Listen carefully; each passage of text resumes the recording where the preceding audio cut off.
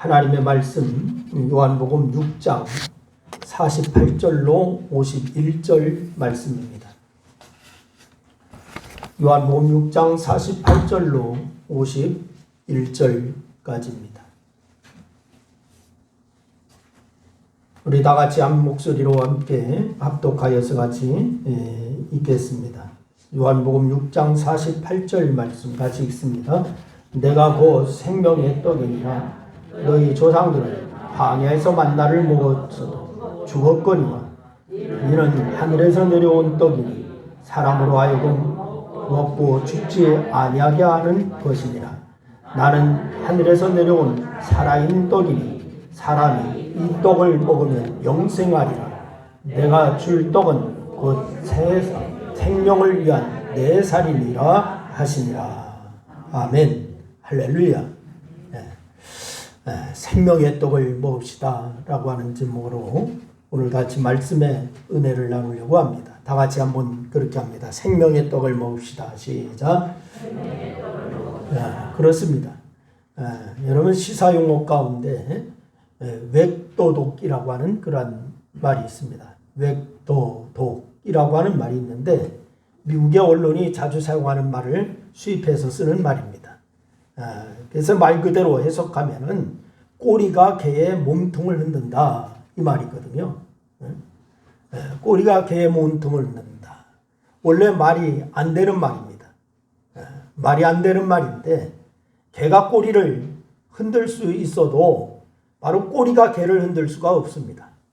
그래서 이 말은 주객이 전도되고 본말이 뒤바뀐 것을 가리키는 말로 쓰이는 말이 웩도독이라고 하는 말입니다.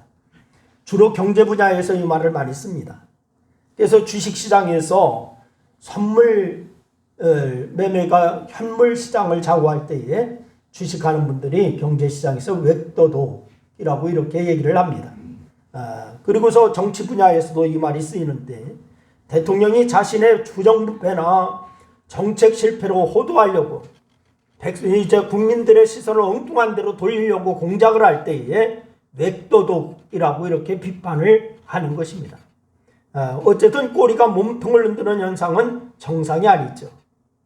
꼬리는 몸통의 통제를 받고 몸통을 보좌해야 하는 거예요. 그런데 꼬리가 오히려 몸통을 좌지우지하려고 한다면 보통 문제가 아닌 것이죠. 그래서 몸통이 제 기능을 발휘하지 못하는 것이고 모든 것이 꼬리 중심으로 이루어져 가는 것. 이것이 바로 웩도독 현상이다 라고 이렇게 얘기를 합니다. 혼란이 일어날 것이고 또한 존재 자체의 기반이 흔들리고 이런 현상이 웩도독 현상이다 라고 얘기합니다. 그런데 오늘 이 본문 말씀도 우리 인생 자체에 일어나고 있는 웩도독 현상이 있다라고 하는 것을 지적하는 말씀인 것 같습니다. 여러분 당시 예수님께서 예수님을 따르던 사람들이 꼭 먹어야 할 생명의 떡을 외면하고 육신의 떡만 쫓으려고 했습니다. 많은 사람들이 예수님을 따르면서 그래서 육적으로 풍성한 삶을 살려고 했지만은 정작 영적으로는 피폐해져 가고 있었습니다. 인생의 본질적인 영적인 문제를 외면하고 비본질적인 육적인 문제에 몰두하다가 그 인생이 엉망이 되고 마는 것이었어요. 바로 꼬리가 몸통을 흔드는 바로 일이 인생 자체에서 일어나고 있었던 것을 주님께서 보았습니다. 예수님께서 이 점을 지적하시는 거예요. 그래서 이 말씀은 여전히 오늘 우리에게도 매우 중요한 의미를 갖고 있다라고 생각이 듭니다. 여러분 오늘도 이 땅에는 육적으로만 풍성한 삶을 살려고 하는 사람들이 넘쳐나고 있습니다. 육적으로만 아주 풍성한 삶을 살려고 노력을 하고 있습니다. 그러다 보니까 영적으로는 피폐해져서 그 삶이 진정 행복하지 못한 사람들로 가득하 있다라고 하는 것을 부인할 수가 없는 그러한 현실입니다. 여러분 그래서 인생의 본질을 놓고도 비본질적인 것에만 매달려서 살면서 인생이 엉망이 되는 사람들이 얼마나 많은지 몰라요. 이것이야말로 인생의 웩도독 현상이 아닐 수가 없는 거죠. 우리도 자칫 이런 세상 풍조에 휩쓸릴 수가 있다라고 하는 사실을 기억하시기를 바랍니다. 나는 아니겠지? 아닙니다. 여러분과 저도 충분히 그럴 가능성이 큰 사람들입니다. 이제 오늘 본문 말씀에 여러분 귀를 기울여 보시기를 바랍니다.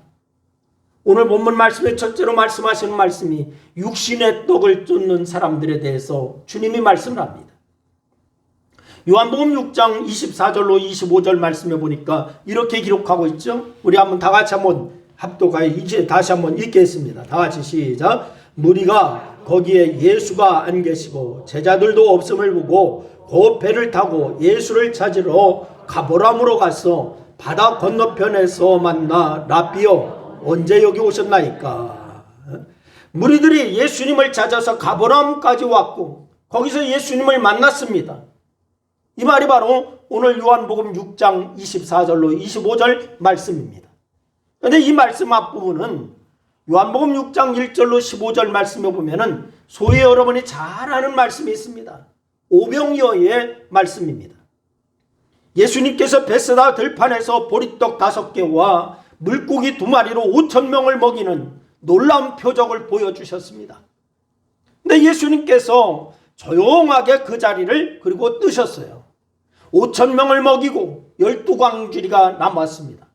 그리고 예수님은 조용하게 그 자리를 뜨셔서 어디로 가시느냐? 한적한 산으로 가셨습니다. 그리고 날이 저물자 배를 타고 건너편 가보람으로 오셨습니다. 사람들이 예수님을 찾아 나섰습니다. 표적을 보여주셨던 벳세다를 구석구석 다 찾아봤어요. 찾지 못했습니다. 그리고 배를 타고 디베라 바다를 살피기 시작했습니다. 그러다가 가버나움까지 와서 결국 예수님을 찾게 되었습니다. 저들이 예수님을 그토록 찾아 나선 이유가 무엇 때문에 그렇게 찾았을까요? 여러분, 오늘 본문 말씀에 보면은 예수님께서 그 이유를 확실하게 지적하십니다. 왜 찾았는가? 그리고 그 이유 속에 담겨진 문제를 예리하게 그렇게 파헤치십니다. 26절 말씀에 보니까 예수님께서 이렇게 말씀하시죠. 우리 26절 다시 한번 읽습니다. 시작. 너희가 나를 찾는 것은 표적을 본 까닭이 아니요 떡을 먹고 배부른 까닭이로다. 왜 찾는다고 말하고 있습니까? 떡을 먹고 배부렀기 때문에 찾고 있다 라고 얘기합니다. 저들이 예수님을 찾아 나선 이유, 먹을 양식을 얻기 위해서라고 하는 거예요. 다시 말해서 육신의 떡을 찾기 위해서 예수님을 찾았다라고 이렇게 말씀하고 있습니다. 사실 당시 팔레스틴 땅에 살고 있었던 사람들 대부분은요, 먹고 사는 문제로 힘겹게 살아가고 있었습니다.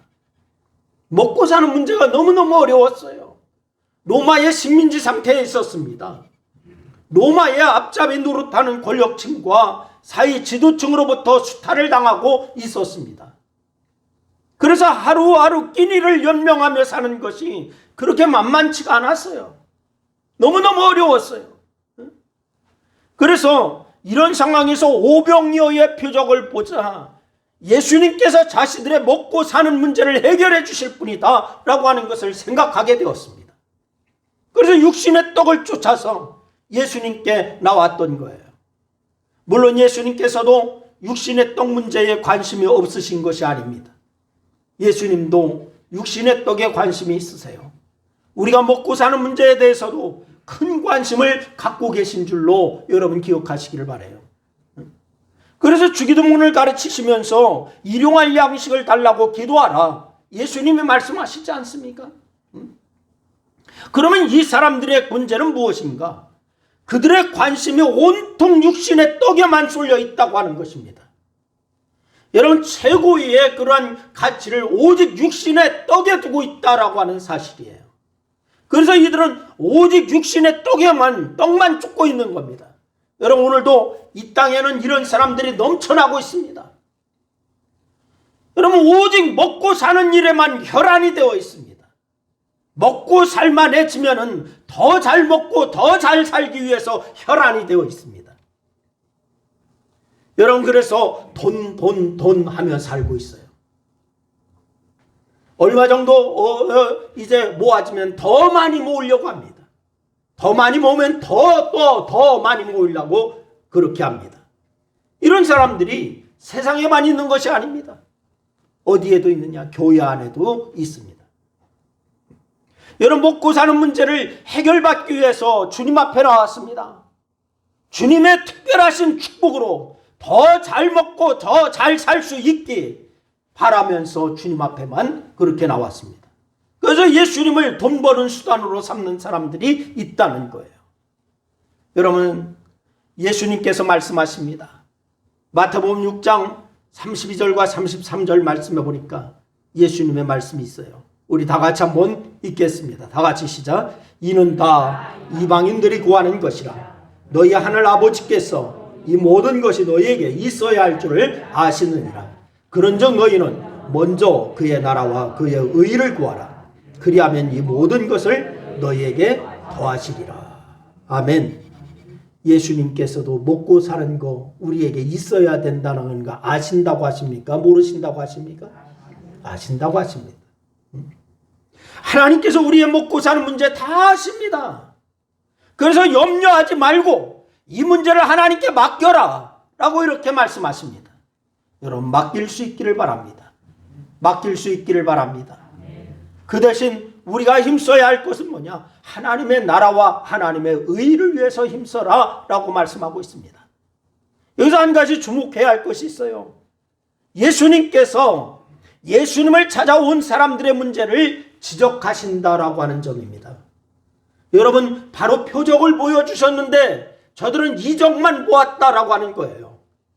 이 표적과 이적은 다른 거예요. 여러분, 우선 이적은 단순한 초자연적인 사건을 말하는 것이 이적입니다. 다 같이 한번 따라합니다. 이적은 초자연적인 사건을 말한다. 시작. 그렇습니다. 다른 말로 기적이라고도 부릅니다. 영어로는 미라클이라고 얘기를 합니다. 바로 이에 비해서 표적은 상징적인 사건을 말하는 거예요. 상징적인 사건. 어떤 메시지를 전하기 위해서 상징을 담아서 일으킨 특별한 사건. 영어로는 이것을 사인이라고 얘기하더라고요. 그러니까 예수님께서 오병이어의 사건을 일으키셨습니다. 우선 벳세다 들녘에서 모인 사람들의 먹을 것을 없어 굶주리고 있는 것을 불쌍하게 여기셨어요. 그래서 저들을 배불리 먹이고자 예수님께서 그렇게 하셨습니다. 그런데 5,000명이나 되는 사람들을 먹일 방법이 없었어요. 갑자기 많은 음식을 만들 수도 없고 많은 사람을 위해서 먹거리를 살 수도 없습니다. 그래서 예수님께서 이적을 베풀어 주셨습니다. 그런데 여기서 중요한 것이 있어요. 예수님께서 이 이적을 베푸실 때에 그 안에 중요한 상징을 담으셨다라고 하는 사실을 우리가 기억을 해야 합니다. 즉, 그 사건을 통해서 거기에 모인 사람들이 깨닫도록 메시지를 전하고 있다라고 하는 사실이에요. 5,000명을 먹였다, 배불리 먹었다, 이것으로 끝난 것이 아니라 그 사건을 통해서 예수님께서 전하고자 하는 아주 중요한 메시지를 담으셨다는 거예요. 그래서 이 사건은 단순한 이적이 아니고 표적이 된 것입니다. 여러분, 그런데 안타깝게도 오병이어의 표적을 체험한 사람들, 겉으로는 이적만 보고 있습니다. 표적을 보는 것이 아니라 이적만 보고 있어요. 그것이 표적인 줄 알지를 못했습니다. 그래서 예수님께서 또 다른 이적을 구하기 위해서 다시 예수님께 찾아가고 있는 그런 사람들이었습니다. 우리가 주목해야 보아야 할 말씀이 있습니다. 그것이 바로 요한복음 6장 66절로 68절 말씀이에요. 우리 한번 이 말씀을 깊이 말씀드린 이 말씀을 생각하면서 우리 같이 한번 읽겠습니다. 다 같이 시작. 그때부터 그 제자들 중에서 많은 사람이 떠나가고 다시 그와 함께 다니지 아니하더라. 예수께서 12제자에게 이르시되 너희도 가려느냐? 시몬 베드로가 대답하되 주여, 영생의 말씀이 주께 있으니 우리가 누구에게도 가오리까? 여러분, 우선 이적만 구하기 위해서 예수님을 찾은 사람들에게 이적은 계속되지 않는다는 거예요. 그래서 그들은 결국 실망하고서 누구를 떠나갔어요? 예수님의 곁을 떠나가게 되었어요. 그러나 이적을 체험하고서 이 이적을 표적으로 보고서 그 안에 소중한 메시지를 발견한 사람들, 그들에게는 표적이 계속된다라고 하는 사실입니다. 그리고 그들은 더욱 주님께 가까이 가게 되었습니다. 여러분, 사실 오늘도 이적을 체험한 사람들의 이 이적 체험 이유를 추적해 보면은 여러분 두 종류로 나뉘는 것을 볼 수가 있습니다. 하나는 시간이 지난 후에 결국 주님을 떠나는 사람들이 많습니다. 시간이 지나고서 주님을 떠나요. 한동안 신앙생활 열심히 하고 충성도 참 잘하고 헌신한다고 하는 사람들이 어느 순간 보니까 주님을 떠나버렸어요. 분명 큰 은혜를 받았습니다. 놀라운 간증거리를 가지고 있습니다.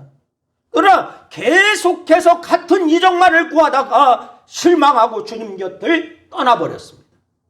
그런 경우입니다.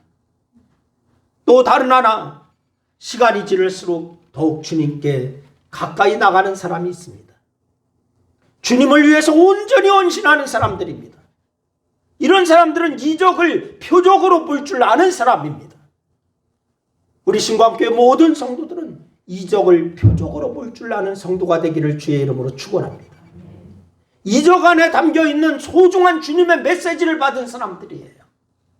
이들은 더 이상 이적을 구하지 않습니다. 그러나 이 사람들에게 표적은 계속되고 있는 것인 줄로 믿으시기를 바랍니다. 여러분, 표적이 계속적으로 체험되는 여러분 다 될 수 있기를 주님의 이름으로 축원합니다. 세계적인 성악가 중에 호세 카레라스라고 하는 사람이 있어요. 근데 클래식 음악계에서 최고의 아티스트로 그렇게 손꼽히는 그런 사람입니다. 클래식 음반으로 무려 1000만 장을 돌파한 두 사람 가운데 한 사람, 이 사람이 호세 카레라스라고 하는 사람이에요. 그런데 그 명성이 절정에 이르렀을 때에 인생의 위기가 찾아왔습니다. 이 사람에게 41세의 백혈병으로 쓰러진 거예요. 오페라 라보엠 연습 중에 갑자기 쓰러져서 죽음의 선고를 받게 되었습니다. 그러나 그는 포기하지 않고 하나님 앞에 엎드려 간절히 기도하기 시작해요. 그리고 믿음으로 열심히 치료도 했습니다. 하나님께서 그의 기도를 들어주셨어요. 놀라운 이적이 나타났습니다. 그는 건강을 되찾게 되었고 다시 노래할 수가 있게 되었고 음악 활동을 할 수가 있었어요. 그런데 그는 이때 이 이적을 표적으로 바라보기 시작합니다. 자기를 다시 살려주신 하나님의 뜻이 무엇인가 이걸 묻기 시작하는 거예요. 여러분, 이적을 표적으로 바꾸는 사람은 이런 특징이 있는 거예요. 나를 살려주셨구나, 감사하다, 좋다, 누리는 것이 아니라 하나님이 나를 왜 살려주셨을까 이것을 바라보기 시작하는 것이 표적을 만드는 그러한 단계인 거예요. 단순히 노래를 부르는 사람이 아니라 절망 가운데 있는 사람들에게 그리스도의 사랑으로 소망을 전하는 삶을 살기로 결심하게 됩니다. 그래서 전 재산을 다 팔았어요. 그러고서 백혈병 재단을 세우게 되었습니다. 그리고 공연의 수익금은 모두 이것으로 보내졌어요. 그리고 그의 이후의 삶은 전혀 새로운 삶이 되게 되었습니다. 여러분, 이것이 바로 표적의 삶을 사는 사람의 특징인 겁니다. 여러분, 그렇습니다. 하나님께서는 오늘도 우리의 기도를 들으시는 줄로 믿으시기를 바랍니다. 우리의 기도에 응답하십니다. 그래서 때로는 표적을 보이세요. 표적을 보이고 그래요. 그래서 이때에 이것을 단순히 이적으로만 보아서는 안 됩니다. 그것을 표적으로 보고 그 안에 담겨진 주님의 음성을 들어야 될 줄로 믿으시기를 바랍니다. 그래서 우리는 더욱 주님께 가까이 나갈 수 있는 그러한 성도가 되어야 하나님의 영광을 드러내는 것인 줄로 믿으시기를 바랍니다. 두 번째는 생명의 떡을 먹으라라고 말씀을 하시고 있습니다. 뭘 먹으라고요? 생명의 떡을 먹으라. 오늘 이 본문 말씀에 보면은 예수님께서 이해하기 쉽지 않은 말씀을 하십니다. 내가 곧 생명의 떡이니라 라고 이렇게 말씀하십니다. 여러분, 아주 중요한 의미를 담고 있는 하나의 비유적인 표현이에요. 근데 우선 예수님께서 떡이라고 하셨습니다. 여러분, 떡이라고 하는 거 양식을 말합니다. 우리가 자라가기 위해서 양식은 필수적인 거 아닙니까? 양식을 먹으면 소화하여서 영양분을 육체의 각 부분에 골고루 공급하여서 건강하게 사는 거죠. 근데 영양분이 호흡하여서 받아들인 산소와 만나서 에너지를 만들어내고 이게 우리의 육체의 기능이에요. 여러분, 에너지가 우리 육체의 생명작용을 일으키는 거지 않습니까? 그래서 사고하고 활동하고 생명체로서 살아가게 되고 이런 거예요. 이런 사람이 건강한 사람이죠. 근데 다음으로 예수님께서 뭐라고 말씀하냐? 생명의 떡이라고 말씀하셨어요. 생명의 떡. 여기서 생명이라고 하는 것 단순한 육체적 생명을 말하는 것이 아닙니다.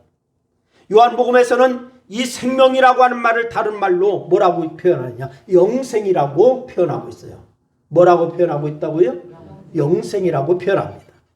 여러분, 그러니까 이 생명은 육체적 생명을 넘어서는 고차원적인 생명, 즉 영생을 말하고 있는 거예요. 영생을 말하고 있어요. 이 영생이 질적으로 다른 차원의 생명인 겁니다. 창조주 하나님과의 전혀 새로운 관계를 가지고 살아가는 생명을 말하는 거예요. 그래서 하나님과 부자 관계를 맺고 살아가는 생명을 말하는 것, 이게 영생입니다. 그래서 하나님을 뭐라고 부르고 있어요? 아버지라고 부를 수 있고, 하나님께 예배드리고, 특히 하나님께 기도드릴 수가 있고, 과거 죄로 인하여서 하나님과 원수되어서 심판받고 멸망해야 할 생명이 이제는 하나님과 아주 특별한 관계를 맺으면서 살아갈 수 있는 그런 생명이 된 것입니다. 바로 이런 분이 영생을 소유한 분인 줄로 믿으시기를 바랍니다. 그리고 예수님께서 뭐라고 하냐? 내가 생명의 떡이니라 라고 이렇게 말씀하셨어요. 내가 생명의 떡이니라. 여러분, 종합해서 정리하면은 떡이 생명작용을 이루어내듯이 예수님께서 우리가 영생을 누리며 살게 해주시는 분이다, 이 말씀을 하고 있습니다. 여러분, 그러니까 예수님께서 우리가 질적으로 다른 생명, 즉 영생을 누릴 수 있게 해주시는 분이다 라고 하는 것이에요.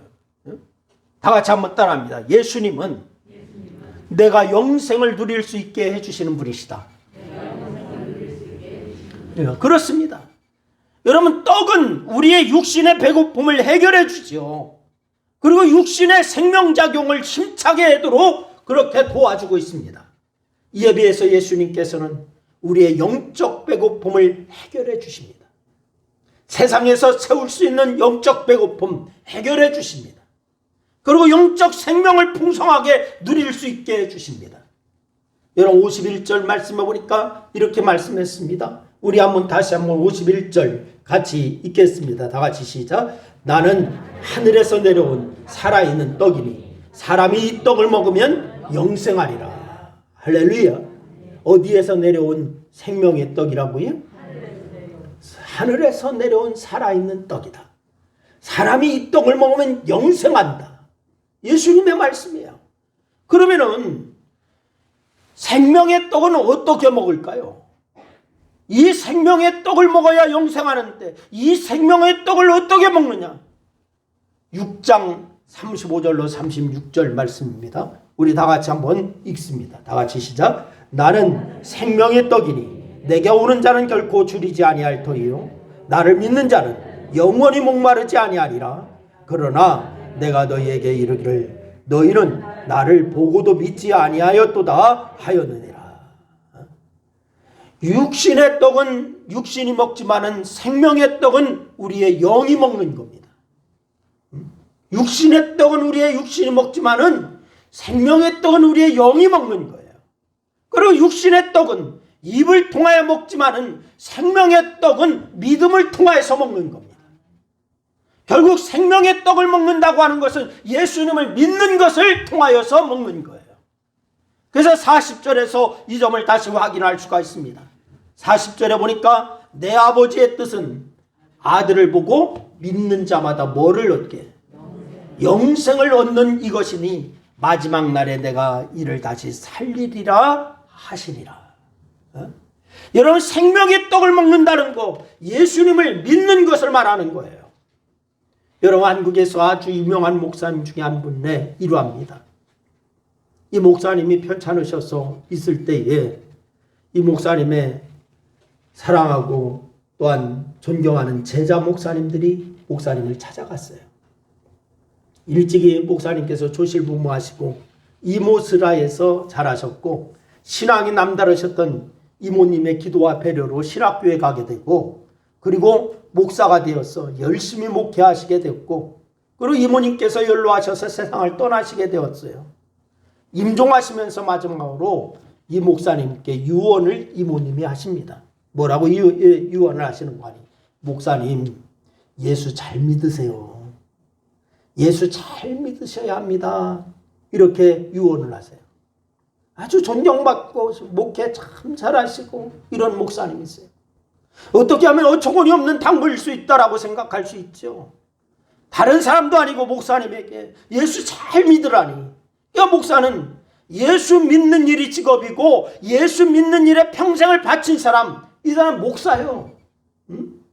게다가 이 목사님은 개인적으로 문제가 있는 목사도 아니고, 그렇다고 교회에 문제가 있는 목사님도 아니고, 나름대로 목양일념으로 성실하게 최선을 다해서 목회하신 목사님이에요. 그런데 목사님에게 예수 잘 믿으라고 하는 말은 어폐가 있어 보이지만은 아주 중요하고 핵심적인 유언이었어요. 그 이모님이라고 하는 분은 우리가 깊이 새겨야 할 아주 너무나 중요한 메시지를 던지고 가셨어요. 그러면서 이 목사님이 편찬하실 때에 찾아온 제자 목사님들에게 동일한 말씀을 하십니다. 목사님들, 예수 잘 믿으세요. 목사님들, 예수 잘 믿으세요. 이렇게 말씀하셨어요. 여러분, 그렇습니다. 우리가 예수를 잘 믿어야 됩니다. 여러분, 예수 잘 믿을 수 있기를 바랍니다. 예수를 통해서 육신의 떡을 해결하려고 해서는 안 됩니다. 예수를 믿어서 세상에 복을 받으려고 해도 안 됩니다. 예수를 믿어 영생을 얻고 그 영생을 풍성히 누리고자 해야 되는 줄로 믿으시기를 바랍니다. 하나님과의 더 깊은 관계를 맺고 하나님의 뜻을 따르는 삶을 살고자 해야 될 줄로 믿으시기를 바랍니다. 사랑하는 여러분, 오늘도 이 세상에는 인생의 외도독 현상이 너무나 많이 일어나고 있어요. 인생의 본질인 생명의 떡은 외면하고 비본질인 육신의 떡만 쫓아 사는 사람들이 넘쳐나고 있습니다. 교회 안에도 주님께서 보여주신 이 본질적인 표현은 외면하고 그저 비본질적인 이적만 붙잡고 신앙생활하는 사람들이 너무나 많이 있고 넘쳐나고 있습니다. 이제 우리는 육신의 떡이 아니라 생명의 떡을 쫓아야 될 줄로 믿으시기를 바랍니다. 이것이 이적이 아니라 표적을 보려고 하는 믿음입니다. 더더욱 우리는 생명의 떡을 잘 먹으며 살아야 될 줄로 믿으시기를 바랍니다. 다시 말해서 예수를 더 잘 믿어야 될 줄로 믿으시기를 바랍니다. 그래서 우리가 생명을 누려야 하고 더 풍성하게 누려야 될 줄로 믿으셔서 우리 신방교회 모든 성도는 예수 최고로 잘 믿는 성도들이 다 되시기를 주님의 이름으로 축원합니다. 기도하겠습니다. 우리 말씀을 생각하면서 우리 한 2분 동안 합심하여서 함께 기도하시겠습니다. 같이 기도하십니다. 아버지 하나님, 은혜와 사랑을 고맙고 감사합니다. 오늘도 우리에게 말씀 주심을 감사합니다. 아버지 하나님, 우리가 이 땅에 살면서 예수 잘 믿는 자가 되게 하여 주시기를 원합니다. 하나님, 이제 아버지 하나님, 우리가 이제 주님께서 말씀하신 오늘 말씀을 생각하며 우리가 아버지 하나님의 주님을 잘 따르고 신앙생활 잘하며 하나님의 영광을 드러내는 복되고 아름다운 성도들이 다 되기에 부족함이 없도록 하나님 역사하여 주시고 인도하여 주시기를 원합니다. 육신의 떡을 위해서 사는 것이 아니라 영원한 하나님 나라를 위해서 살게 도와주시옵소서. 아버지 하나님, 우리의 있어야 할 것을 주님이 다 아시오니 하나님의 이 모든 것은 주님 앞에 맡기고 우리가 아버지 하나님의 영을 위해서 주님의 영광을 위해서 사는 복되고 아름다운 성도들이 다 되기에 부족함이 없도록 하나님 역사하여 주시기를 원합니다. 아버지 하나님, 예수 믿는 신용하는 자들이 아니라 예수 정말 잘 믿어 하나님의 영광을 드러내는 우리 신광교회 모든 권속들이 다 될 수 있도록 하나님 역사하여 주옵소서. 주께서 영광 받으심을 감사하고 예수님의 이름으로 기도했습니다. 아멘.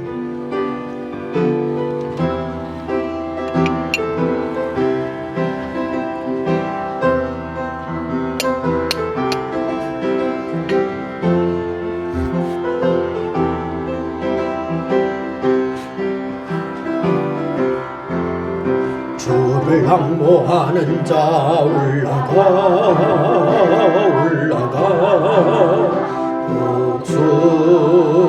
목소리같이 모든 싸움 이기고 근심 걱정 벗은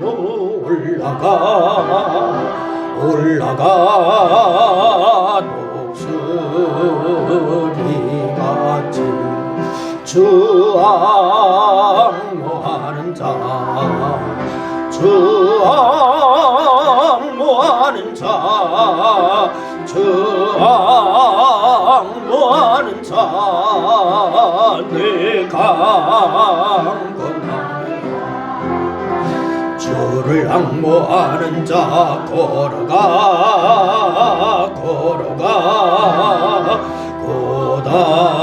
고단치 않네 길을 잃은 양떼를 두루 찾아다니며 걸어가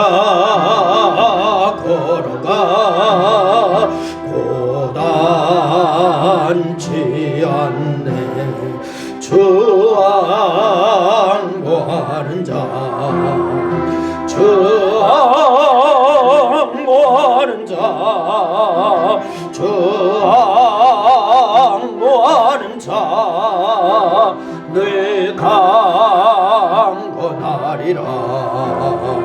주를 앙모하는 자 달려가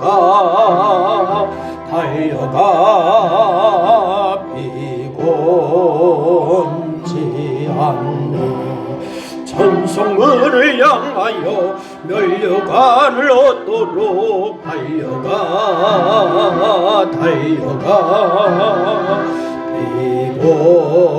비곤치 않네 주 앙모하는 자 주 앙모하는 자 주 앙모하는 자 늘 강건하리라 주를 앙모하는 자 올라가 독수리같이 은혜 안에 뛰놀며 주의 영광 보리라 올라가